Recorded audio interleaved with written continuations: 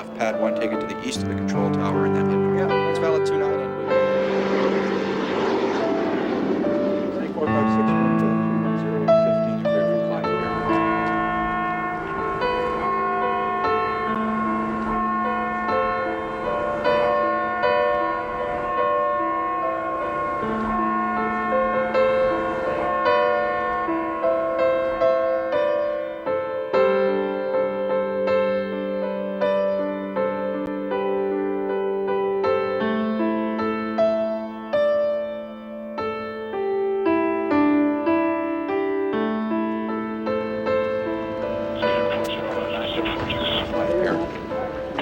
Stick it to.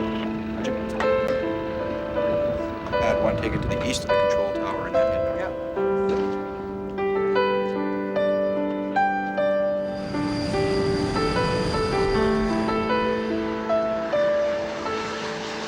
When I was growing up, the Snowbirds were the best. They were the best of the best. When I got in the military and I started watching the Snowbirds fly, there was nothing I wanted more. No. We realize that we're in a high-performance business. We realize that we fly our aircraft to the edge of the envelope and that something could happen. It's a risky job, absolutely. But the thing that we do is we manage that risk. We're smart about it.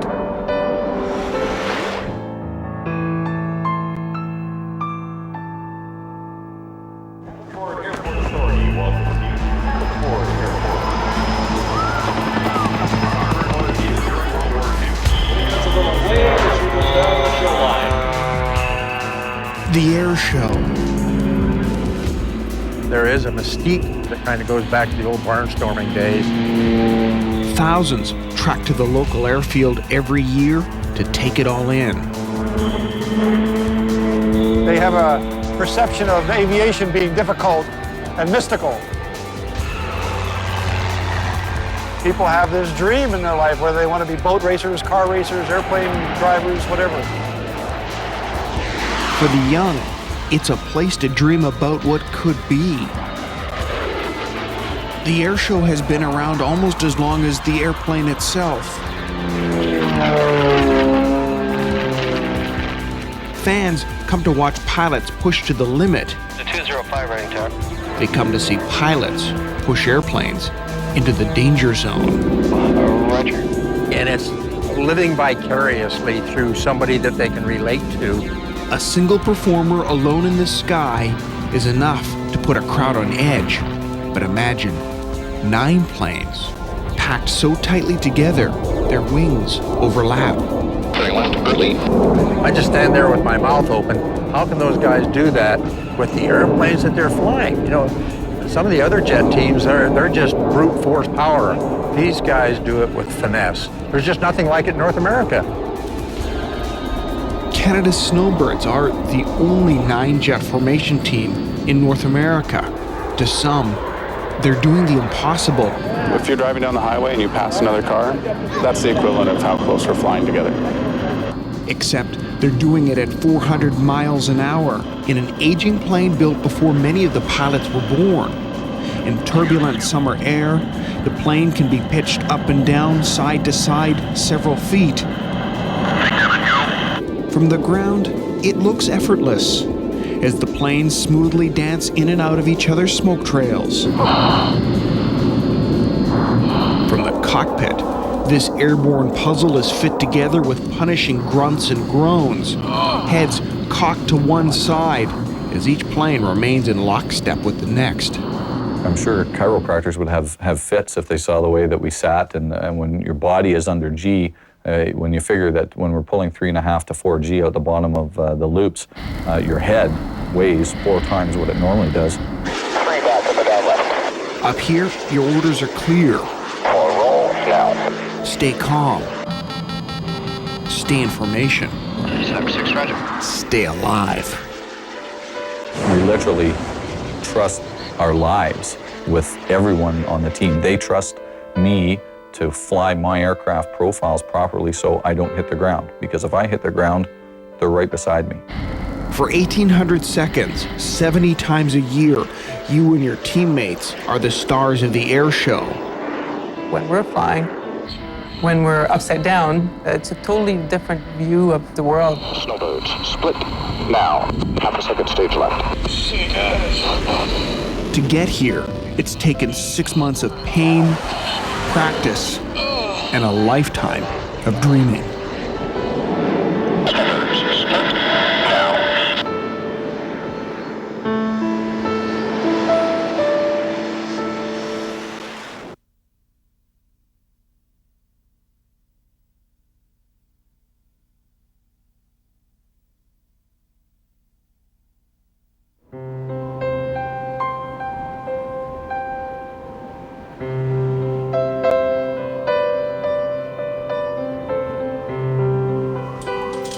It may seem hard to believe, but this is where each Snowbird airshow is born.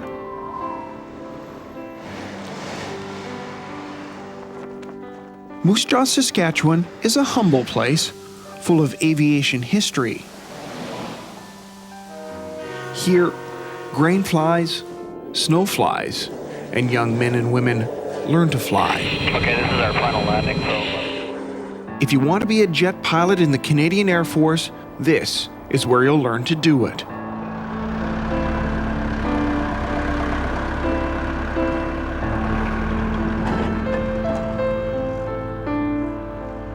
In a modest hangar on the far corner of the base, the Snowbirds have their home. The team has only been back from the road for a week, safely completing another show season, but there's no time to rest and a lot of work to do. The team is about to undergo some major changes. A new commanding officer, Major Steve Will, has just been selected to lead the team. You're responsible for everything. Everything that happens in that formation, the buck stops at you. Until last month, he was one of Canada's leading combat pilots, flying F-18s over the former Yugoslavia. But combat experience is not enough to get the job of boss. For that, you need the experience that can only come from being a snowbird in the past. Steve Will was on the team in 1989. This will be his second tour in the red suit. You have a real critical understanding of what low-level flying is about, what aerobatics are about. So I understand what the guys behind me are going through if I have a bad profile or if we have a bumpy day. And just as important as that, it also allows you to understand the inner workings of the team. There will also be 3 other new pilots, but they will have to try out. Captain Jason Miles Ingram is in charge of finding the best of the best and bringing them to the Snowbirds hangar. The team will sit down in August and they'll pick the candidates that are going to come and try out for the Snowbird team. And we rate and score them on every trip that they do. We start off with 2 planes, and then we work up to 4 planes, and we increasingly make their profiles more difficult. Chris Bard and Andy Mackay both know they're lucky to get this tryout. I think the stress really begins when you actually submit your name for selection, because you know that you're putting your name against very qualified people. 5, all now. Have a good practice. Snowbirds, all now. 7's really stable. Stand by for shakeout. Once you're actually brought into the tryout atmosphere, Back to our reference, 90 degrees to show line. you are made to feel like part of the Snowbird family right away. And how you act from that day on is going to be a reflection of what they see in you and what you can bring to the team. Easy up and right. In the air, the tryouts are challenging for the new pilots and for the veterans. Even though the planes are kept well apart, What you doing? the new pilots need their space. You think to yourself, I've bitten off maybe a little more than I can chew. We fly twice a day, sometimes 3 times a day, and you go up and you hammer away at it. Each of the new pilots are told their every move in the air is being closely watched and videotaped. Their every move on the ground is also being closely examined. Anything on the maple split? Boss, I didn't like, not that I didn't like, but the line off the top of the maple split was much different for me today. I was much deeper. They learn to live and breathe flying. They learn to endure the grueling post-flight debrief. If you make a mistake, you're told. To say that we're brutally honest is probably a bit of an understatement. But it's important that there's honesty within the team. And if you had any illusions about your skills in the past, they're quickly stripped away. How'd it go? That was pretty good, I thought. Good job. The people that want it the most are the people that end up with a red suit. By the end of the 2-week tryout, 3 pilots will be sent home, back to their old jobs, their old squadrons. This is Major Steve. That's me. Major Steve. 17 and a half. 38. The successful candidates are immediately sent off to be measured up for a red flight suit. First line astern. Over the next 6 months, they'll know if they measure up to be a Snowbird. It's really happening. It's pretty cool. Snowbird's 75% go. Everyone's Chris Bard made the team. So did Andy Mackay and Major Steve Melanson. There's little time, though, to celebrate. The newest Snowbirds are expected to settle in quickly. Is that all clear? The team's main goal now is to develop, practice, and get their new show signed off by the Air Force generals at an acceptance show now, less than 6 months off. It's a tight schedule. On the prairies, the Snowbirds have learned that time flies. For us, it's baby steps. It's a building block process, we call it. We start off very wide formations and only with 4 or 5 aircraft in them. There's going to be periods in your training where you're going to have self-doubt as to whether or not you can do the tasks that are asked of you.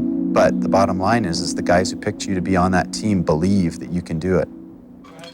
Over their 3 decades, the Snowbirds have learned that they need to have a support system around their rookie pilots to help them temper that self-doubt. Chris will get help from Major Maurice Carmichael, the first female Snowbird pilot. She was once a VIP captain, assigned to flying the Prime Minister around.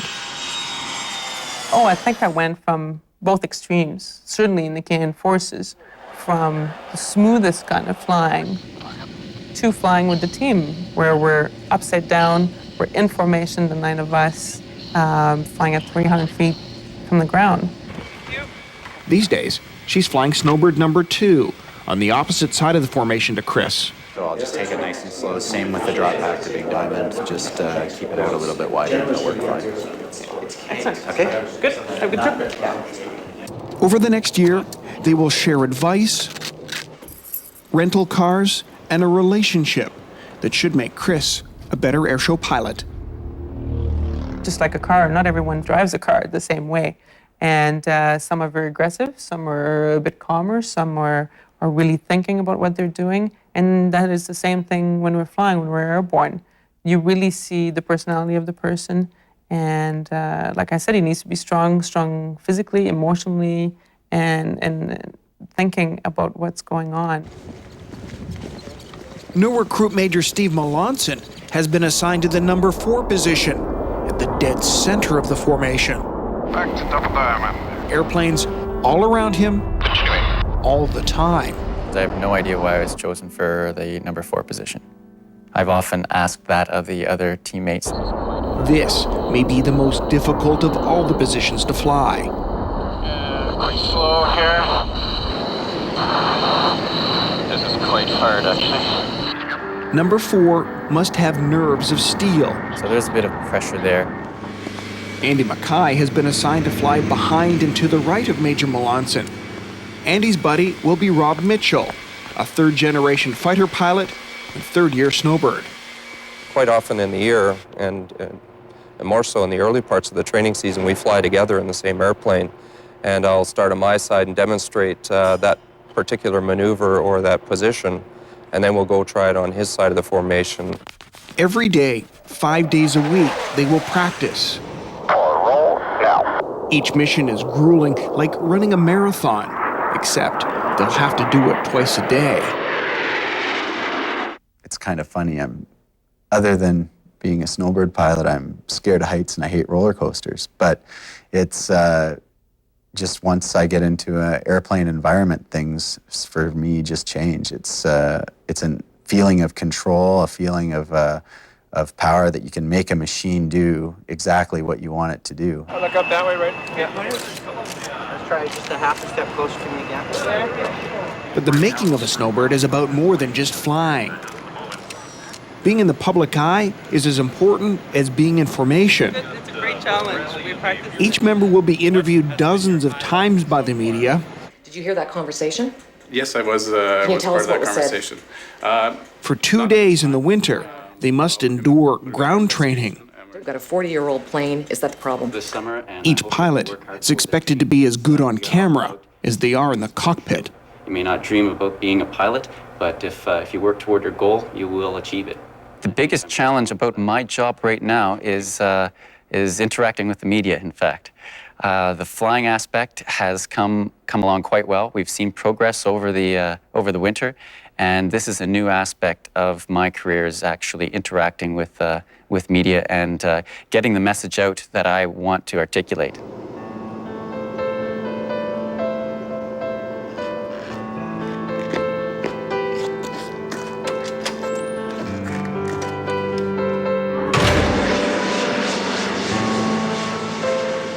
With 2 months now behind them, the basics are starting to gel into something bigger. All right, one more loop. In the air and Big Diamond, go. in the briefing room. We've got all the pilots solo. This is Big Diamond. It just is roughly the shape is where they derive the name from. Everything else is just variations of that. The challenges of us not pushing our new members too quickly are definitely there. Over the last few months, we've seen all of our error boxes decrease in size so that we don't move around as much. Well, everyone on the team really has we call it their nemesis maneuver. For Andy Mackay, it's called the line abreast roll. It's a 5-plane game of crack the whip, unique to the Snowbirds, and Andy Mackay is having trouble hanging on. And into line abreast. Nice formation, eh? Yeah, that's a challenging one for sure. I'm not consistent enough to be happy with my performance, but it is getting better, so I'm glad to see some progress anyway. Mackay and the other new pilots are also learning some important lessons, that no matter what, they must always have an escape plan, just in case they need to get out of formation fast. There's never any pressure for someone to get in there or get into a position or to fly tighter. As Andy Mackay struggles to hold on through another afternoon of crack the whip, Maurice Carmichael decides it's her turn to pull up and out.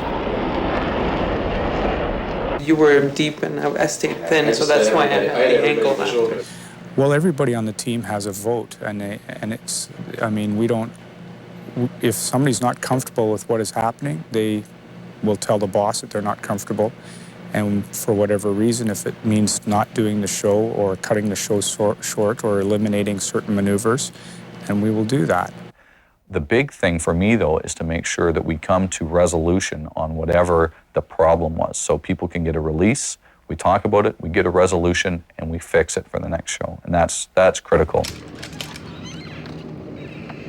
But no matter how much the team talks about it, plans for it, tries to reduce the risk for it, there are always going to be problems. No one knows that better than Captain Robert Reichert. As a soloist, he's paid to fly his jet directly at another and miss it by the narrowest of margins. The solo part of the show has its roots in combat flying, dogfights in particular. You don't start off being able to fly and pull that many G's and not be distracted some way. His first scare came during his first season on the team. The maneuver, the double lob. As he comes out of the second roll, the plane is in a dive. He recovers just 150 feet and seconds above the ground.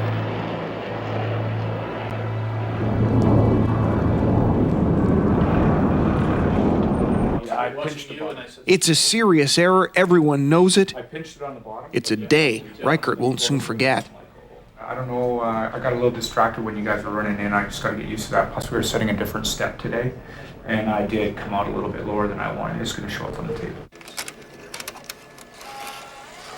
I pinched it on the bottom, but the tumbleweed definitely looked closer, and I'm like, oh.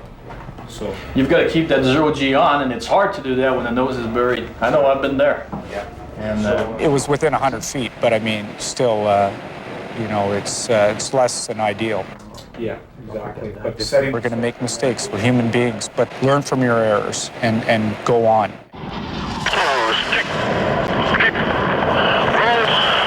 3 years later, Reichert would be tested again, but this time it would be even more serious. We were up on a two-plane solo practice. I just rolled inverted, and all of a sudden there was just a loud noise. His belt had come undone. He was basically thrown out of the seat. I was flung from the seat and thrown up against the canopy. It felt like the airplane was breaking apart. My hands had come off the stick momentarily. I was not in control of the aircraft. But Captain Reichert doesn't panic, even though he doesn't know what's happening. He reaches down and rolls the aircraft upright. Immediately, he drops back into his seat.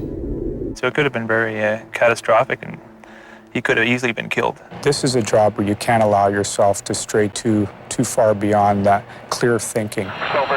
There wasn't too many things I could have done different, but what did help me was my familiarity being in that environment, and I think that actually saved my life.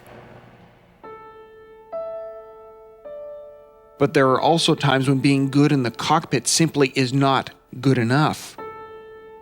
Michael Vanden Bos, or Woodboot to his team, died in the early season workups in 1998. 2 planes touched in the air. One made it back safely. One didn't. Captain Vanden Bos became the 4th Snowbird in 30 years to die on the job. I think we all know it could happen. It is a high-risk job, but none of us ever thought it would happen to us. The next couple of days, the next couple of trips were very difficult, but I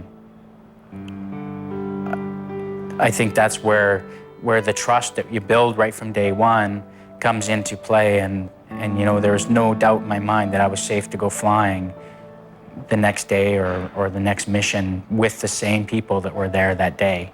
Knowing Woodboot very well, he wouldn't have wanted anything any other way.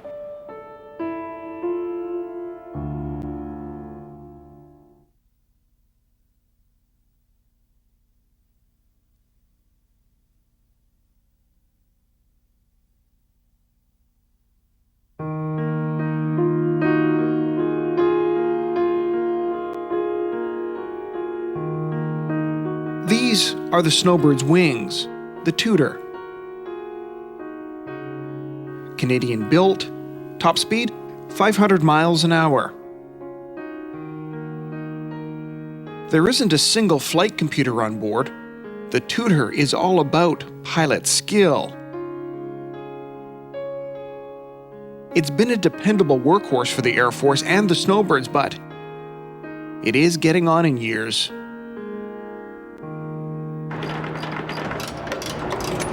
Take this up. Train group's undone. Snow 2's undone.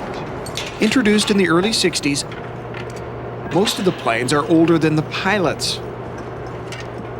This one's been around for quite a while. The plate here, I think it says 1961 on it, so this airplane's been with us for a while, but it's maintained in almost as new condition. My dad flew these aircraft as an instructor, so I've flown aircraft that he flew 30 years ago.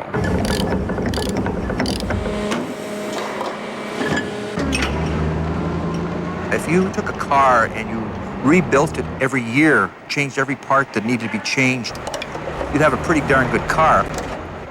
40 years on, parts aren't even made for the Tudor anymore. Often on the ground, the team must manufacture their own spares. The fact is, the technicians have learned to be as creative on the ground as the pilots have in the air. If the guys have the parts, they'll fix them during the show, and they'll do what they have to. They'll put the aircraft to bed, serviceable, so they can get on to the next show site. Another one down the drain. Now, there is no big support team that travels with the Snowbirds, no Hercules transport to carry extra parts like the big American teams. Each pilot flies to the show with a technician in the extra seat.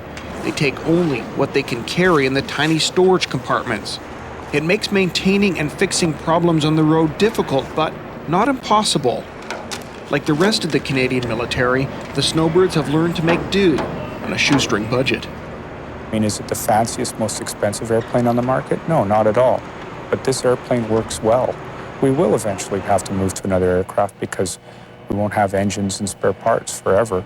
But this airplane is suited for this job, and it does it well. They get where the rubber meets the road. They get the job done. They get it done just as efficiently as the Thunderbirds of the Blue Angel, just as, you know, in a timely manner as they do, but they are down to the essentials. This is what we need. There's, for lack of an American term, there's no fat. Snowbirds, check out. Number 2, 3, 4, 5, 6, 7, 8, 9. Further away to go. There may not be any fat, but there is still plenty of flash. Even though the Snowbirds fly the oldest military airshow jet in North America, perhaps the world, the team is still one of the most sought after on the show circuit. Find a red suit, and you'll find an airshow organizer lobbying to get the Snowbirds to come to their town. All of our team in Reno would love to have them come back because they're a lot of fun, and the crowd loves them. Andy Cook. Stevie? Probably, I don't know if you talked to him or... Okay, well, I'm going to give you a card.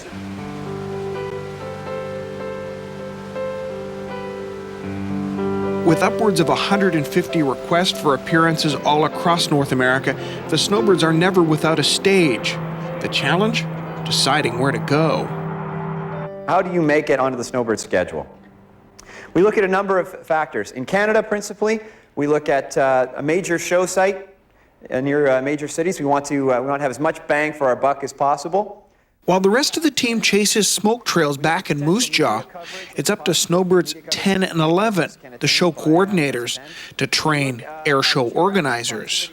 And the way it works for the American folks that are in the audience here, if we have a request for a Canadian show site of 30 people and a request for an American show site of 300 million people, we perform for our countrymen, and that's just the way it is. As the show coordinators sew up a schedule, the rest of the team is stitching together their part of the show. They'll hit the road in just over a month, starting in early May, running well into October. If everything goes right, they'll crisscross North America half a dozen times. The team has now flown almost 100 practices in Moose Jaw. The show is together right now. Probably about the last 5 full high show practices that we've done are good enough to put in front of a crowd. Yeah, that's nice. That's a nicely flown formation. But practicing in the comforts of your own backyard is one thing. Performing on the road is quite another. Give us a little bobble there. The team needs a test drive to work out the bugs. And a road trip seems in order.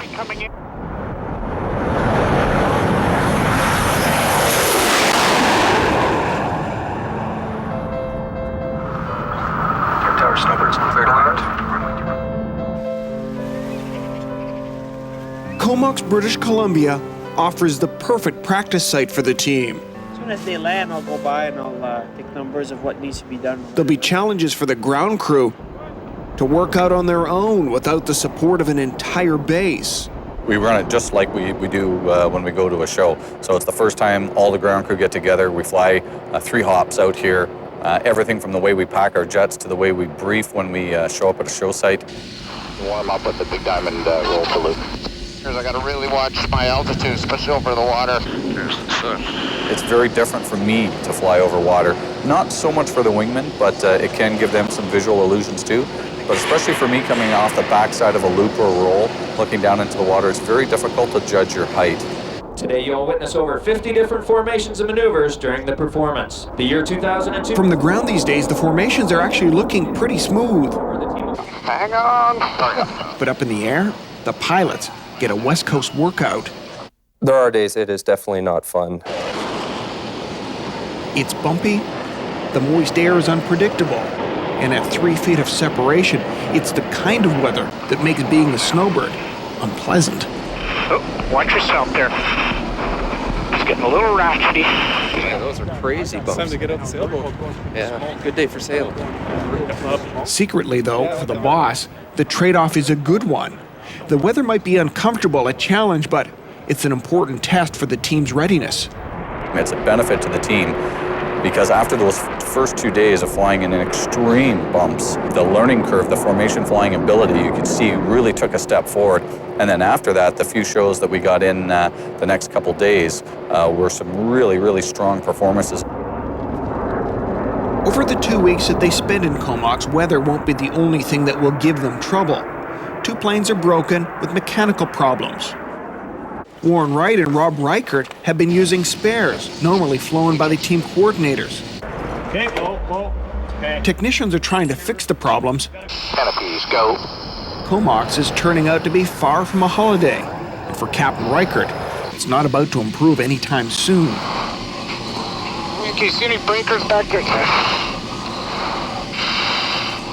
Minutes into a morning practice, his jet develops more technical problems. 19. Go ahead. Generator failure, unable to reset standby. Who checks? Boss, it's not coming back.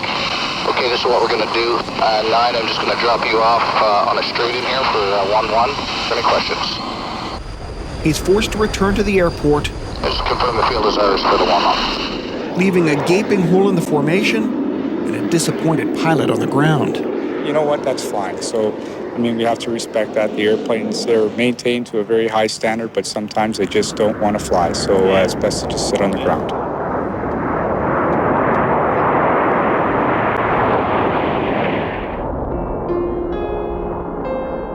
But ultimately, getting to fly over some of the most beautiful terrain anywhere in the world more than makes up for it.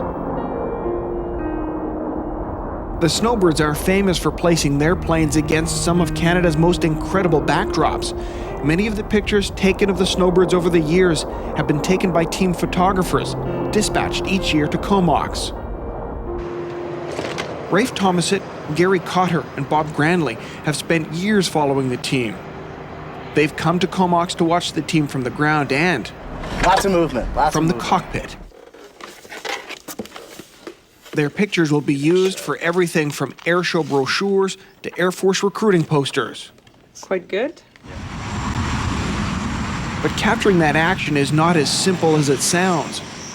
Once a year, the pilots and photographers plan a special photo flight. Today's goal is, I think, getting a photograph that really captures the beauty of Canada and probably the best flying demonstration team in the world. Instead of shooting up at the formation from the ground, the photographers this time will shoot down at the team from a search and rescue plane.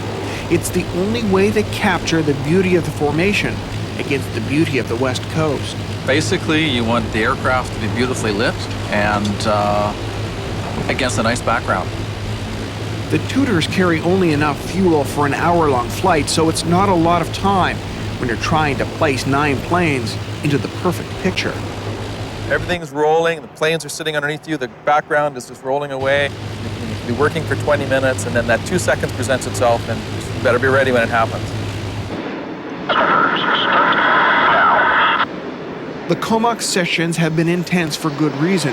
When the team arrives back in Moose Jaw, the show will undergo rigid scrutiny by senior government and airshow officials. It's the culmination of what we've been working on. There will be almost 160 missions flown this year, this training year alone. So it's a lot of effort put into essentially the one show and ultimately the show season. For some on the team, the acceptance show is viewed as graduation day. Over the weekend, they will pack up, rest up, and head home for perhaps the biggest day of their lives.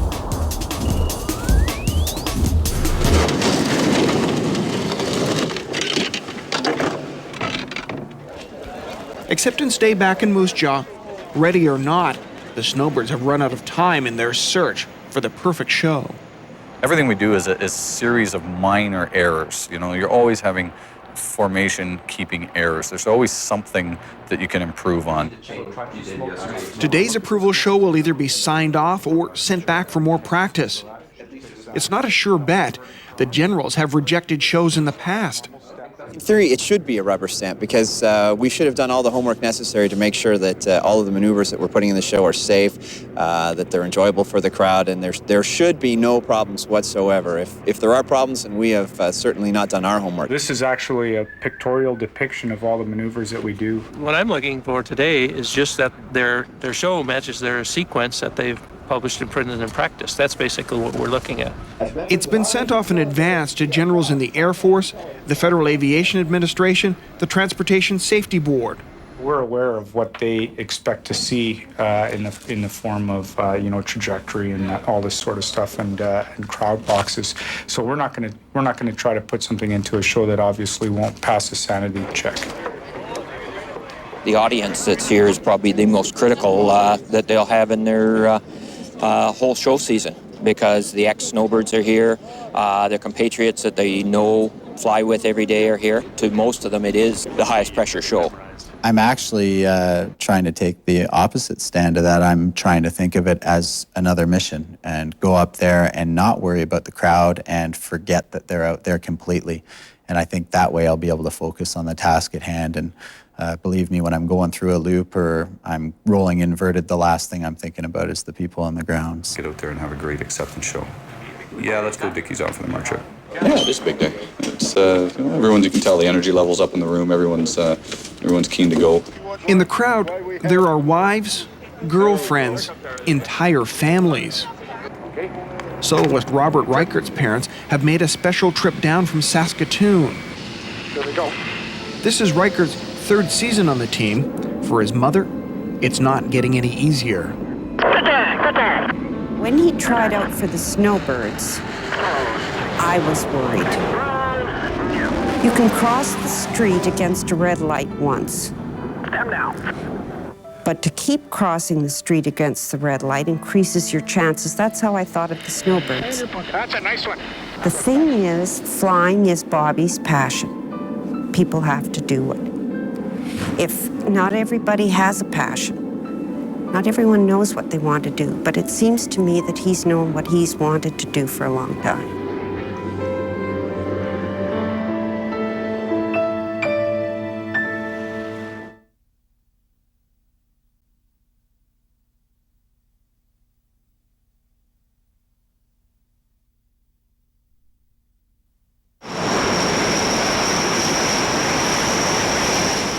Well done, my man. Thank you. Wonderful show, folks. Very tight, very nice. It was great. Hello, sir. Great. It comes as little surprise, but everyone was impressed. How about that bump on the run to Canada Burst? I thought a goose had hit me. Yeah. It was such a violent bump. That was. The FAA was happy. This is why we get the big bucks, right? The Air Force General couldn't be more proud of his team. This is just about like, the hockey players working all year to make it to the playoff, and that's what they're doing right now. They're going to start the season, and that part is very rewarding. Yeah? Actually, I don't want to admit it, but I do miss it. Yeah, I wish I was up there flying today. Yeah, that was a little... We had a good show, though. It was good for us. Yeah, it looked awesome. A lot of movement in the formation, but it's expected in this kind of wind. With the formalities cleared away, the team is cleared to take off for another airshow season. Here you go. Done, boys. Thank you, sir. Happiness. There you go. Well done. Within hours, the planes will be packed with their bare essentials. The Snowbirds will be on their way on a 6-month adventure, a product of years of training and years of support from family, friends, and an entire community. As they're going out the doors, you're looking at them in the eye and you're wishing them the best. And you know that they are superb at what they do. And you also know that there are things that are just going to pop up in the sky that could one day take them away from you. With mixed emotions on the ground and in the cockpit, 9 planes smoke on, slip into the prairie sky.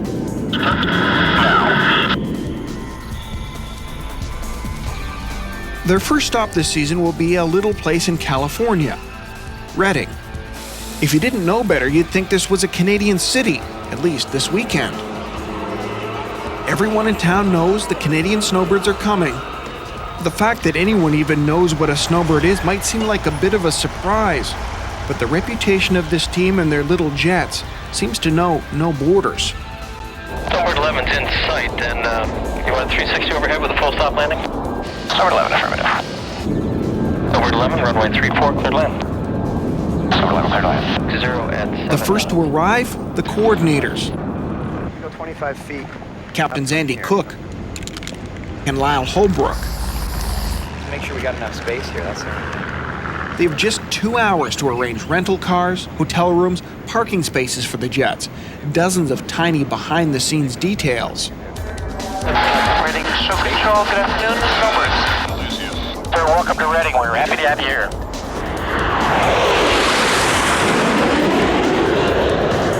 By 4 o'clock, right on schedule, the rest of the team arrives.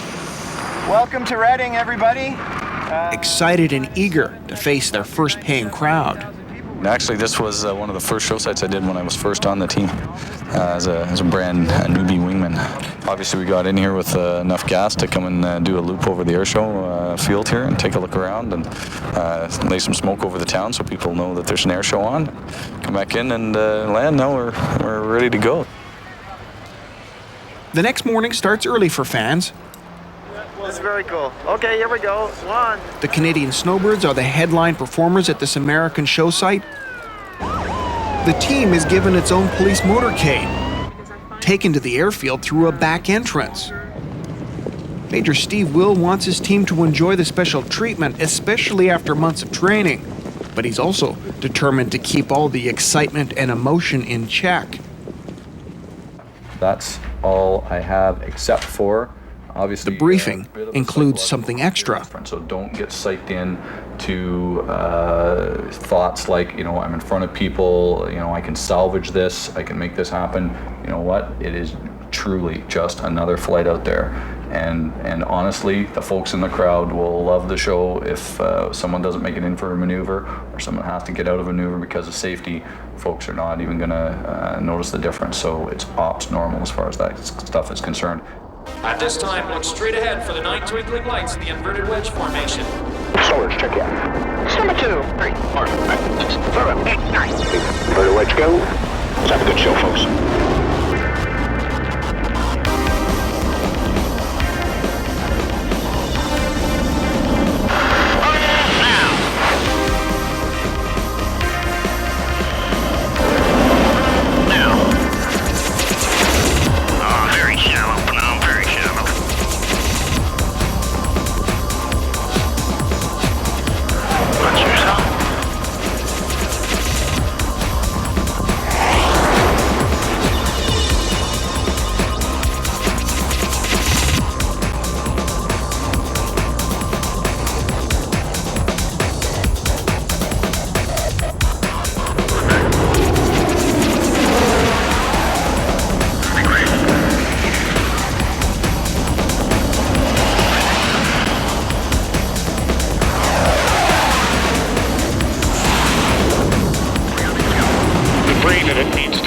So if you don't do something to combat that, you will gray out.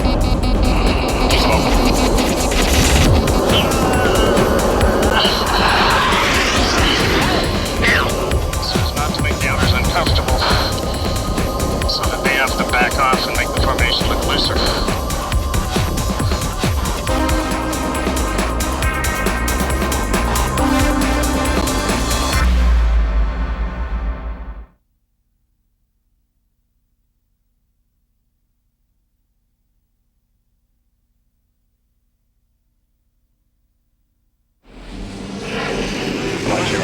Pick up just a little more.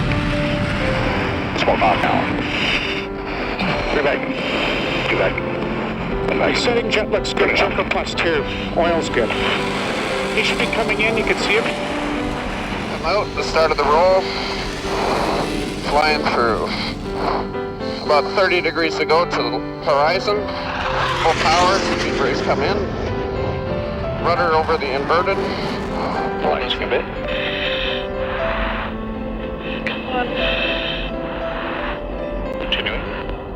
For the newest Snowbirds, Andy Mackay, Steve Melanson, and Chris Bard, this is a day they won't soon forget. Snowbirds, split now.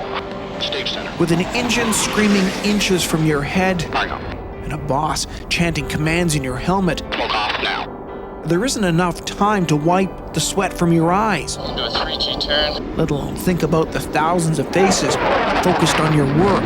Looking good. Going harder, pushing faster, A little deep. looking for the perfect show. And a modest little jet Arrow, go. is what defines the team. Timing's looking about right. The year has been filled with struggles, a few scares, 9 is US. and tens of thousands of details that few down on the ground will ever understand. The Snowbirds have made it through another 1,800 seconds. One show down, only 69 left to go. Soon, the airshow circuit will seem as routine as any other military mission. There will be the briefings, the safety checks, Well, that was exciting. the flight. But there will also be something extra at the end. Applause. An autograph line. I love the Ariel Valentine. Yeah? And with a little luck, maybe even a future Snowbird. When I was 9 years old, I went to see the Canadian National Exhibition, and I saw the Snowbirds, and I got to sit in a Snowbird jet in 1974. So I remember driving home that day. I said to my dad, you know, Dad, I'd really like to be a Snowbird. And he was very supportive. And 25 years later, I finally made it. Took me a while, but I got here.